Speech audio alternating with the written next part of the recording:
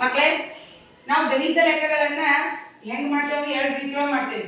ನಾನು ನಿಮ್ಗೆ ಮೋಜಿನ ವಿಧಾನದಲ್ಲಿ ಗುಣಾಕಾರವನ್ನ ಲೆಕ್ಕವನ್ನ ಮಾಡೋದಂತ ಹೇಗೆ ಅಂತ ಹೇಳ್ಕೊಡ್ತೇನೆ. ಏನ ಇದೊಂದು ನಾವು ಒಂದು ವಿಶೇಷ ರೀತಿಯಲ್ಲಿ ಮಾಡೋಣ. ಅದು ಹೆಂಗ್ ಮಾಡೋದು ನೋಡ್ರಿ. ಇಲ್ಲ ಎಷ್ಟದ? 423 ಇಂಟು 3 ಐತಿ. ನಾವು 4ನ್ನ 4 ಕೆಡಿ ಹೇಳ್ಕೊಳ್ಳೋಣ. ಎಷ್ಟು? 4 ಎಷ್ಟೈತಿ? 1 2 3. ಇಲ್ಲಿ ನೆಕ್ಸ್ಟ್ ಎಷ್ಟೈತಿ? 2. ಇಲ್ಲಿ 3 ಕೆಡಿ 3. ಇಲ್ಲಿ ಎಷ್ಟೈತಿ? 3. ನಾವು ಅದ್ರ ಮೇಲೆ ಗೆರೆನ ಎಷ್ಟು ಇಟ್ಕೋಬೇಕು? ಈಗ ಏನೈತಿ ನೋಡೋಣ.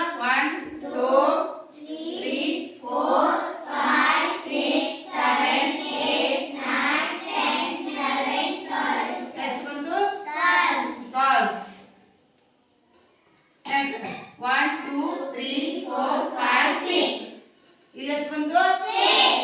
6. ಇಲ್ಲಿ ನೋಡ್ರಿ 1 2 3 4 5 6 7 8 9. ಎಷ್ಟು ಬಂತು? 9.